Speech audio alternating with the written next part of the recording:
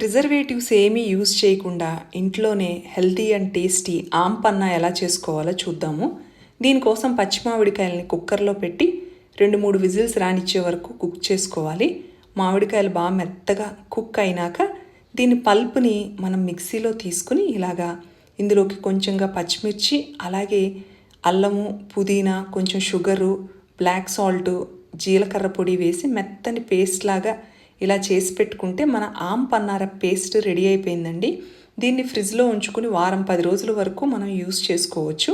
దీన్ని ఎలా సర్వ్ చేసుకోవాలో చూద్దాము. ఒక గ్లాస్లోకి ఆమ్ పన్నా పేస్ట్ వేసి అందులోకి పుదీనా, అలాగే జీలకర్ర పొడి, బ్లాక్ సాల్ట్, కొంచెంగా ఐస్ క్యూబ్స్, వాటర్ వేసి మిక్స్ చేసి ఇస్తే గనక మన ఆమ్ పన్నా అనేది రెడీ అయిపోతుందండి. ఫుల్ రెసిపీ కోసం నా ఛానల్ని విజిట్ చేయండి. వీడియో నచ్చినట్లయితే లైక్ చేయండి, షేర్ చేయండి, సబ్స్క్రైబ్ చేసుకోండి. Thank you.